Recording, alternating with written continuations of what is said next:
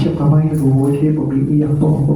Segundo lamang po yun, tapos biglang balik ako dun sa ano. Sabi ko, Lord, what does this mean? What does it mean for us? Anong ibig mo sabihin sa akin dito? At doon po nag-umpisa yung journey ko na mailan po ako sa Lord. Doon po talaga naramdaman yung pag-ibig ng Lord. Na kung saan, sabi ko sa Panginoon talaga, Lord, I just love you with all my heart. Na kahit nahihirapan ako, at doon po dumating po yung sunod-sunod na problema sa buhay ko, pagpuluhan, kasi yun na po pala yung pagdadalisay ng Lord. Na dumating pa po ako doon sa punto na kung saan parang umaayaw na ako, Lord, ang hirap pala ng ganito, ang hirap pala na maglingkod sa iyo, dahil pala mga bagay na babaguhin sa buhay mo, but still, alam nyo, control pa rin ako ng Holy Spirit, kaya mo yan. Sabi nga, hindi kita ilalagay dyan sa ganyang kalagayan kung hindi mo kaya yan. Minsan, magkakaroon pa po kami ng pagtatalo ng asawang puno, magkakagaling kami. Dati, matindi kami mag-away po talaga yan eh.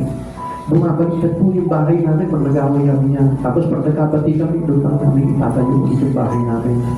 Pero alam niyo ba, ang sakit na marami ka talaga mga struggle talaga pagkaraanan. Pero by the help of the Holy Spirit, siya yung parang paglalagay sa puso mo na alam mo, ang gusto ko, yung umiiyak ka para bata sa harapan ko.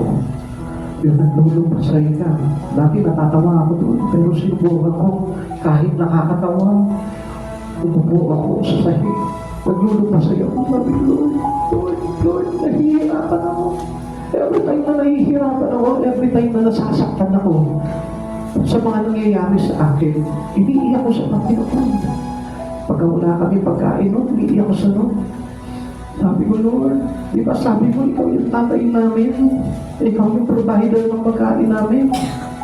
Makikita mo, hindi nang kukulang ang Panginoon na parating na yung balik. Kaya mo yan, kahit na hindi sinusuportahan ng pamilya mo. Pero ang sabi sa atin, dapat we have a supportive family. Pagdating sa mga bagay yung ginagawa mo. Sabi ko, Lord, pag naman, nung araw, galit na galit sa akin sila ng marami akong bisyo. Sabi nila, wala kang kwentang tao, wala ka nang ginawa kundi magbisyo, wala kang ginawa kundi magbagkata, wala ka nang ginawa kundi mag-aksamba ng kakuluhan dito sa pamilya. Hindi ka maglingkod sa Panginoon. Alam niyo, nung time na yun, nabaliktad ang sitwasyon na tinawag ako ng Lord. Nung gumagawa na ako sa Panginoon, nabaliktad naman. Sila naman yung, bakit ka naman? Sasayang ng panahon mo sa paglilingkod. Hindi ka magtrabaho. Para may pakain ka sa pamilya mo. Ang sakit sa akin dahil dati, tinutulak nila ako para maging mabuti. Pero dumating yung pagkakataon, naging pasal po sa atin. Sabi ko, bakit ngayon? Kung kailan nagbago ko, tsaka naman nila parang pinipigilan nila ako na magpasto. Ano ba talaga, Lord? Kaya sabi ko, Lord, start na lang siguro ko. Pero nung sabi na, Lord, have a heart like a child. Magkaroon ka ng puso na tulad ng isang bata. Ang ibig sabihin ng Lord, humble na. Ako babae lang. Iyak mo na ako sa akin. Iniyak ko nang iniyak sa Panginoon. And then, the answer comes. Wala nagawa sa akin yung mga pumipigil sa akin. And then ngayon, I know that they are proud. Sila po lahat, proud na po siguro sila dahil nabago na ayos yung buhay ko. At the moment, medyo kukontra talaga eh. Dahil susubukin talaga ng Panginoon kung ano yung bagay na nandito sa puso mo. At nakita po nila yung aking pagtsatsaga pagdating sa paglilingkod sa Panginoon. Na kahit nahihirapan, nasasaktan, pero still continuously. Naranasan ko rin po yung mapaya, naranasan ko yung magkamali, matalisod, makagawa ng mga kasalanan na halos talagang mapaya ka, pero hindi ko po inalintangan. Till sabi ng Lord sa akin, kaya nga nandito ako dahil alam ko na madadaba ka. Kaya ako nandito sa tabi mo para lagi kita yung every na madadaba ka. Ngayon mga kapatid sa Panginoon, by the help of our God, just to be a child-like to Him, na maging katulad tayo ng isang bata, hingi tayo ng tulong palagi sa Kanya. nahihirapan ka, nagkukulang ka sa pinansyal, nahihirapan ka sa pamumuhay mo, may magulong pamilya ka, umiyak ka sa Panginoon. Sabihin mo, Lord, anak mo ko eh. Diba sabi mo, hindi mo ako hahayaan, hindi mo ako papabayaan. Pagka narinig ng Lord sa tinig mo yun, ang Lord mismo, makikita mo, tutulungan ka ng Panginoon. Another true blessing is the immense blessing. What is this immense blessing? Ibig sabihin, malawak na pagpapala mula sa Diyos. This blessing is unlimited blessings of God to gain from loss. Alam niyo po ba, na kapag ka ikaw nag-iwan ka, isa mga kapatid sa Panginoon, marami po sa atin, we are hate to have to experience this loss. Minsan ayaw po natin nakakaranas sa yung mga may nawawala sa akin. Ayoko nang may natatanggal sa akin. Ayoko nang mayroong dinapawi sa akin. Ayoko nang mayroon akong iiwanan. Minsan ganun tayo eh. Kaya hindi tayo talaga makaranas ito tinatawag na immense blessing, which is a supreme good coming from the blessing of God. Dahil ayaw po natin mag-iwan ng mga bagay-bagay sa buhay natin. Lord, pagdiling ko ako sa iyo, pero huwag mo tatanggalin sa akin ito. Huwag mo aalisin sa akin itong pamilya ko. Minsan ganun tayo. Pero hindi natin alam kung ano yung purpose ng God, kung bakit niya pinararaan tayo sa mga bagay na yun. Listen to this, kapatid sa Panginoon. Mark chapter 10 verse 29 to 30. Sumagot si Jesus, tandaan ninyo, sino mang nag-iwan ng kanyang tahanan o mga kapatid, mga magulang, mga anak, mga lupain dahil sa akin at sa magandang balita, ay tatanggap ng buhay na ito at 100 ulit pa ng mga iyon. Tuloy po natin. Mga bahay, inulit niya. Mga kapatid, mga ina, mga anak, at mga lupain, ngunit may kalakip na pag-uusig at sa panahong darating, magtatamo siya ng buhay kamalakan. Alam niyo kung bakit pinapadaan tayo doon? Na kahit iwanan ka ng pamilya mo, na kahit iwanan mo sila sa kabila ng panawagan mo sa Panginoon, alam mo kung bakit? Kasi ang Diyos gusto niya ma-secure sa iyo. Hindi niya naman tatanggalin yun eh.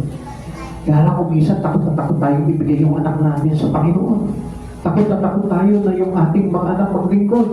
Yung tayo mga magulang maglingkod sa Panginoon. At natakot tayo kasi mga masira yung mga bagay, pangarap natin sa buhay. Mapabayaan yung trabaho, mapabayaan yung pag-aaral, mapabayaan yung ating mga ari-arian.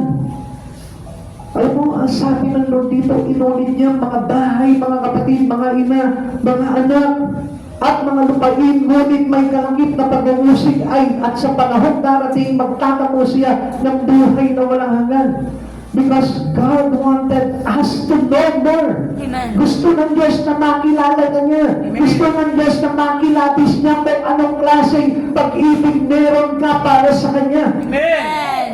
Kasi alam niyo kung minsan, pinapakita agad natin sa Lord, hindi mo pa pwedeng tanggalin sa akin itong bahay ko. Hindi mo pa pwedeng kunin sa akin itong anak ko. Hindi mo pa pwedeng kunin sa akin itong mga bagay na ginagawa ko. Minsan nagre-reklamo agad tayo sa Panginoon, pero hindi natin alamin kung ano yung purpose talaga ng Lord. Bakit niya ginagawa sa iyo yun? Amen. Not to get all these things into you. Hindi naman para kunin talaga ito sa iyo, kundi para ingatan niya. Dahil kung talagang gusto mo maglingkod sa Panginoon, gusto niya kasi na hindi mo maging burden yun. Amen. Gusto niya to lighten your burden. Amen. Gusto niya na hindi maging mabigat sa iyo yun. Amen. Most especially kapag ka problema mo sila, kapag ka isipin mo sila, kapag ka pipitin mo sila, ayaw ng Diyos na mahirapan ka sa paglakad mo into your journey to be a part of this real family. Amen. Huwag ka magtataka kung bakit minsan parang akala mo kinukuha sa iyo yung anak mo. Kung bakit parang akala mo kinukuha sa iyo yung asawa mo. Kung bakit parang akala mo tinatanggalan ka na ng trabaho after hindi ka tinatanggalan ng Lord. Pinagtitibay ng Lord yung mga bagay na yun. Kaya nga inulit niya dito na kahit na usikin ka sa mga bagay na yon, yung bahay mo, yung kapatid mo, yung ina mo, yung anak, yung lupain. Ano sabi niya dito? Iingatan ko ito para sa iyo. Kapatid sa Panginoon, huwag ka paniniwala sa kasinungalingan ng diablo na ang Diyos ay nagwawasak ng mga pangarap mo. Ang Diyos ang nagpapatibay. He is a restoring God at hindi niya papabayaan na mawasak yung mga pangarap mo sa buhay. Kaya lang, be part of your dreams, be part of your plans, be part of your decision. Kailangan nandun ang Diyos. Amen. Kailangan kasama ang Diyos. Hindi yung gumagawa ka away from Him. Kaya nga, doon tayo nawawala sa Panginoon eh. Kaya nga, sabi ng Lord, mga bahay, kapatid, ina, mga anak, mga lupain, ngunit may kalakip na pag-uusig at sa panahon darating, magkakamo siya ng buhay na walang hanggan. Hindi magiging sakabal sa iyo yung mga bagay na yun. And lastly, true blessing. Divine blessing, immense blessing, and last is our eternal blessing. Ito sinisiguro sa atin ng Panginoon ito. Na kapag tayo pumasok tayo sa pamilya ng Diyos, hindi ka mawawalan ito. Jesus' spiritual family looks forward to an eternal inheritance. Kapag tayo nakapasok na sa pamilya ng Diyos, ito na yung parang pinapahalagahan natin sa buhay natin. Na hindi tatanggalin sa iyo ng Lord to dahil nakasubmit na yung iyong buhay into the real family of Christ. Romans chapter 8 verse 16 to 17. Ang Espiritu ang nagpapatotoo kasama ng ating Espiritu na tayo'y mga anak ng Diyos at yamang mga anak na tayo, mga tagapagmana ng Diyos at kasama tagapagmana ni Kristo sapagkat kung tayo'y kasama niya sa pagtitiis, tayo'y makakasama niya sa kanyang kaluwalhatian. Kaya sa paglilingkod sa Panginoon, hindi po iyan puro sarap lang. Kailangan maranasan natin ang magtiis sapagkat si Jesus mismo ay naging halimbawa sa atin ng pagtitiis. Kahit na nahihirapan siya, sinunod niya, tinapos niya yung kalooban ng Ama na ipinagagawa sa kanya hanggang kamatayan sa krus. Kaya mga kapatid sa Panginoon, magtiis naman po tayo. Nahihirapan ka ngayon, nasasaktan ka ngayon. Hindi pumapagod sa iyo yung mga pagkakataon dahil sa paglilingkod mo sa Panginoon. Then trust God. Trust the Lord. Magtiwala ka sa Diyos. May magandang bagay na gagawin sa buhay mo, Panginoon. Hindi masasayang lahat ng pagpapagal at pagtitiis mo dahil ang sabi niya, kasama. Ang sino mang nagtiis ay kasama ni Jesus ng luluwalhatiin pagdating na araw. Namiyaya ko po ngayon po.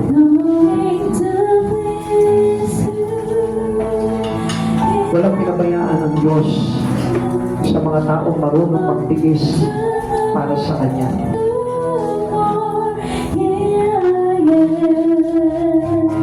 Alam niyo po ba ang pinakamasarap na maranasan kapag sumasamba ka sa Panginoon? Come on, listen to this. Ang pinakamasarap maranasan kapag sumasamba ka sa Panginoon, lalo-lalo na kapag mayroong matinatawag na childlike heart love for the Lord. Yung kapag pinapaiyak ka na ng banal na Espiritu, yung kapag pinapalambot na pinipisa na yung puso mo, yung kapag pinapaalala na sa iyo ng banal na Espiritu ng ating Panginoong Jesucristo, yung kabutihan niyang ginawa. Nung araw, sinusumpa ko ang gawain ng Panginoon. Pero nung time na inabot niya ako sa kapilaan ng mga bagay na yun, na inaayawan mo yung bawat pagtitipon, mga gatherings. Nung time na tinawag ako ng Lord, pinaramdam niya sa akin yung pag-ibig niya. Sabi ko, Lord, bakit ko nagawa sa iyo ito? Bakit kita na itakoy nung araw? Bakit na mas higit na pinili kita sa kasalanan? Samantalang ikaw naman, patuloy mo kaming ililigtas dahil ng aming mga pagkakasala. Kung may hiintindihan mo lang sa oras na ito, na hindi ikaw ang kusa nagpunta dito, kundi dahil sa tinulak ka ng Diyos, ng Banal na Espiritu. Ang sarap umiyak sa Panginoon. Kaya mo ba umiyak sa Lord na manang-bala? Isipin mo yung mga bagay na ginawa sa buhay mo ng Diyos. Kung nahihirapan ka na umiyak. Kasi kung minsan kapag katabi ka sa puso natin, dahil sa kasalanan, minsan nahihirapan na tayo umiyak. You can't cry anymore to the Lord. But when God comes into you, when the presence of God is flowing into your life, makikita mo isa-isahin ng Panginoon na pagkakapit ginawa niya sa buhay mo. At doon marawag ka patunay na ayaw ka kamahal ng Panginoon. Naalala ko nung araw na meron ka malaking pagsubok sa buhay.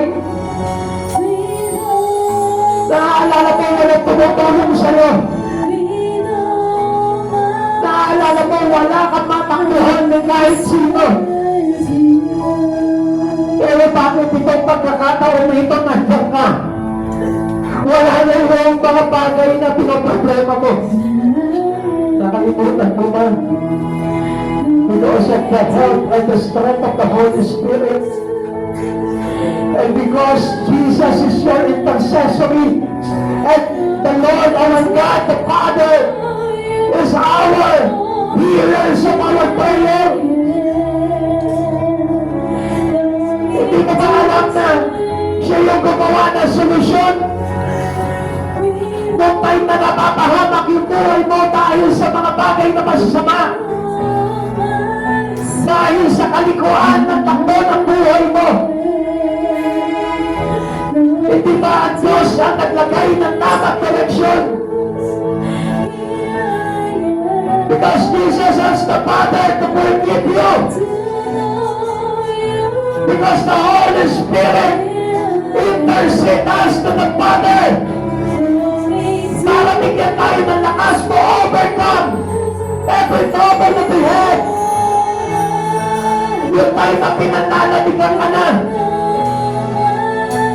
Yung tayo na parang napura na sa isipan mo ang Panginoon. Here comes the Lord, our God, our Jesus. Dumating siya na parang isang biglan sa buhay mo ang nagbabago ng isipan mo para makabalik ka sa Panginoon.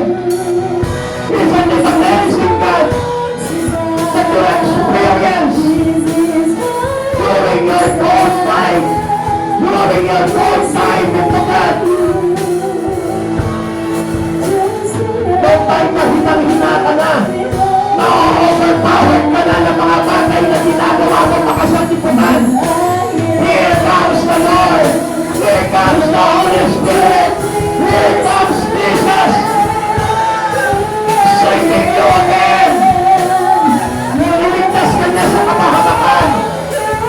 Hindi ka na panayagan na mahatag ng kabuntuhan. Because He considered you as a child. He considered you to be His family.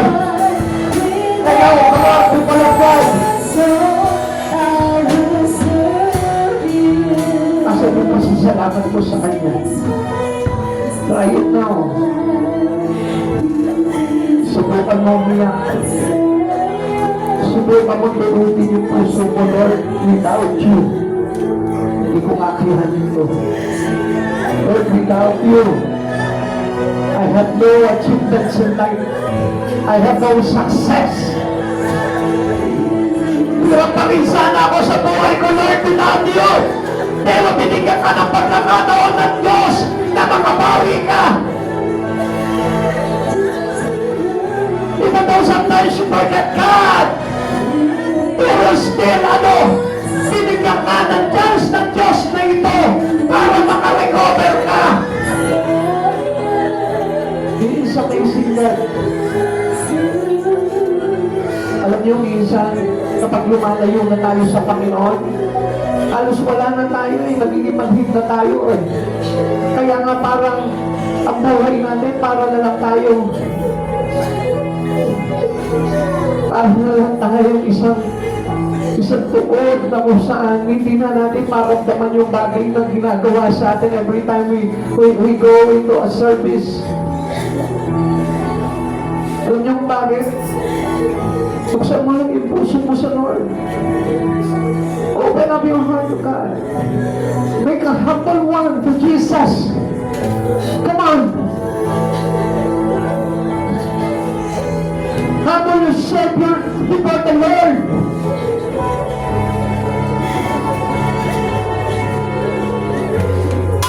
Ang dami na natin pagkukulang sa Panginoon. Ang dami na natin mga bagay na nagawang mali. Pero still, di na pa rin tayo magtakumpaba sa Kanya. Sabi ng Lord, a childlike heart, would you give our love for Jesus? Sapat na yun na ipapamalas mo sa oras na ito.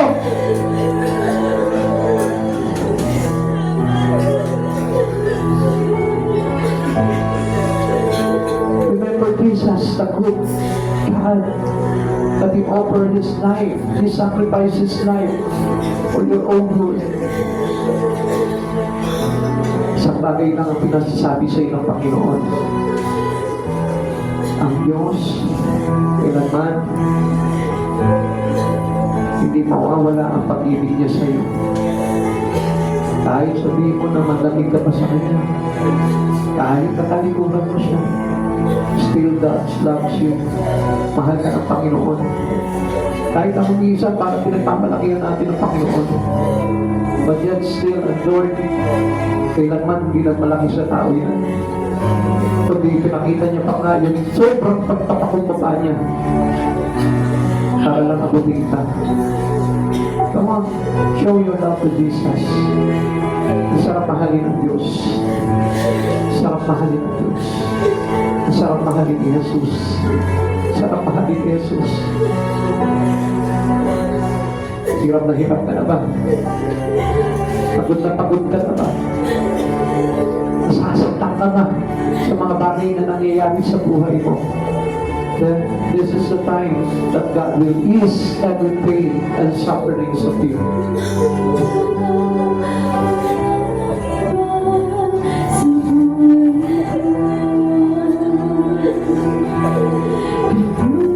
Just open your heart to Jesus.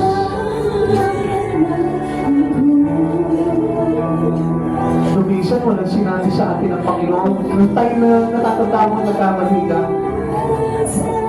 tapos lumapit ka sa Panginoon, sinabi mo sa Kanya, Lord, sorry ha, patawarin mo ako. Pero wala ka narinig sa Panginoon. Hindi kasi lupatan ng Panginoon, ayak ka na naman eh. Magawa ka na naman pagkakasala, hindi niya ginawa sa iyo. Isa lang ang sinabi niya, forget all those things. I will forgive you.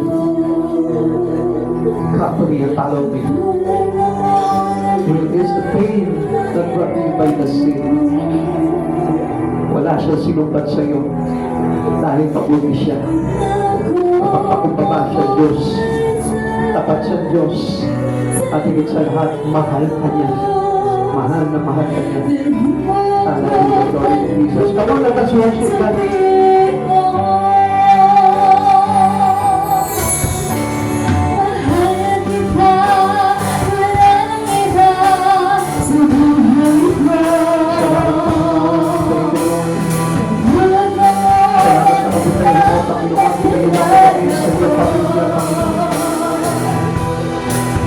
Panginoon, ang ibigay ng hawa mo sa lahat ng mga pagkukulang namin sa pamilya mo, Panginoon.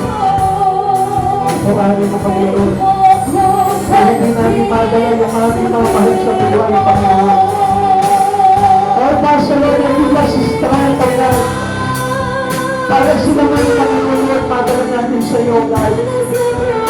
Bigyan ng namin sa Lord. Kasi kaya naman. Alam namin sa tulong mo, Panginoon. Kaya mo gawin ang lahat ng ito, Panginoon.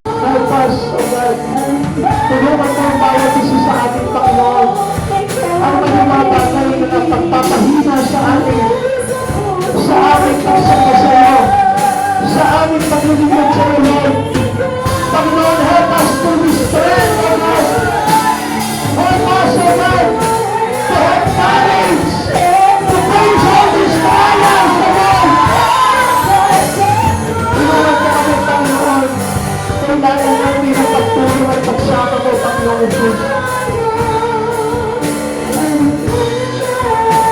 Pasalamat mo, Diyos, sa lahat ng bagay. Come on, thank you. We deserve to be praised. We deserve to be praised. We deserve our gratitude. We deserve our worship.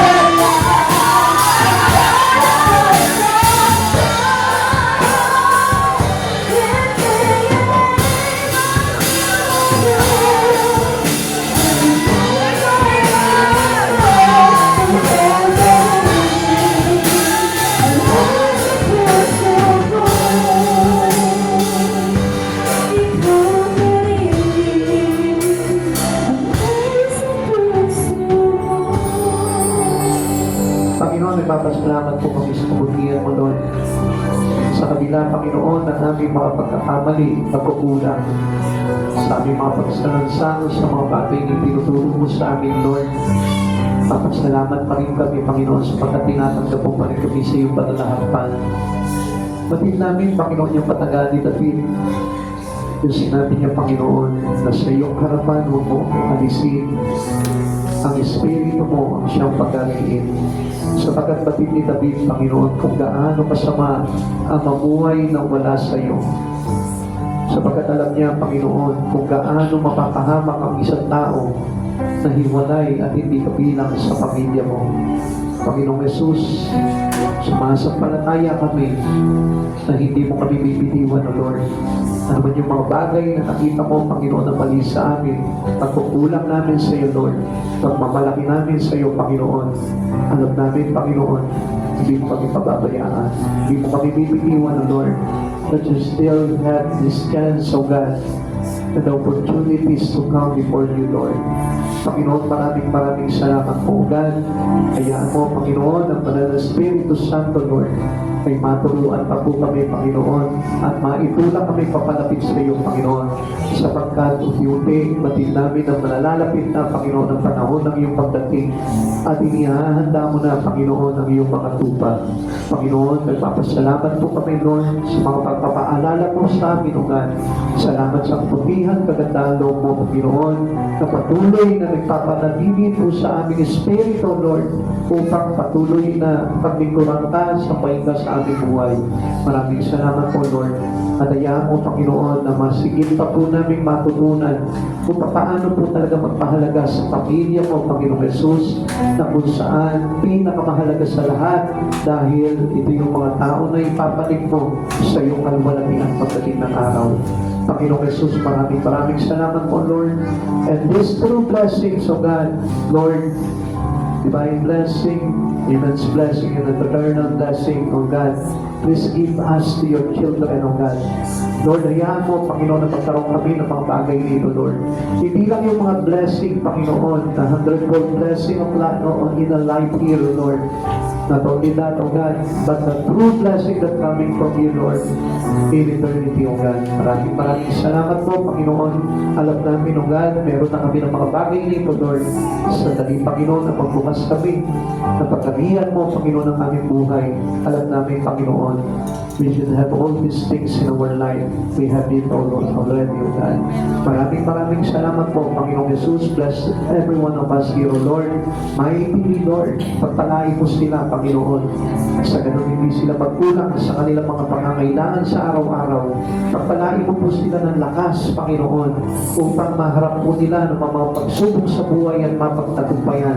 Pagpalain mo po sila, Panginoon, sa Espiritu, Lord, upang makapanatili sila sa sa iyo hanggang wakas, O God, at hindi madaya ng kaaway, O Lord. Maraming salamat po, Panginoon, sa iyo mo kami ng iyong banal na dugo, at ingatan mo po kami, Panginoon, sa aming mga pag-uwi, Panginoon, at sa aming mga pupuntahan. Ingatan mo po ang aming mga sasakyan, Panginoon, nilayo mo po sa anumang kapahamakan, sa anumang banta ng kaaway, Panginoon, Lord. Hayaan mo, i-cover mo po kami ng iyong banal na dugo, Panginoon. Lord, hayaan mo, ikaw ang Diyos na umawi ng lahat ng aming daraanan. Sama namin, Panginoon, ang mga libo-libo matiring mga hell sa langit, Lord, na siya po, Panginoong hahawi sa lahat ng aming mga daan. Salamat po, Panginoong Jesus. Lord, alam po namin, O God, pagpapalay na daloy sa aming mga buhay bilang iyong mga anak, O God. Salamat, Panginoong Jesus. Pagpalain mo rin po ang church na ito, O God, at hayaan mong ikaw yung Diyos, Panginoon, na mag-lead po sa amin, Panginoon, sa lahat ng aming mga plano, O God, even sa pagtatayo ng sariling church building, O God. Ikaw yung Diyos na mag-lead sa amin, O God, in your right way, O God, in your right time, O Lord.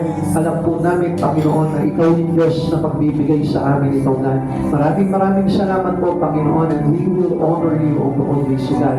Maraming salamat po, Panginoon, sa lahat ng biyaya na ito na kaloob ng iyong mga salita. Salamat, Panginoong Jesus, sa iyong dakilang kapulian at karangal sa tanging pangalan mo po lamang in Jesus' name.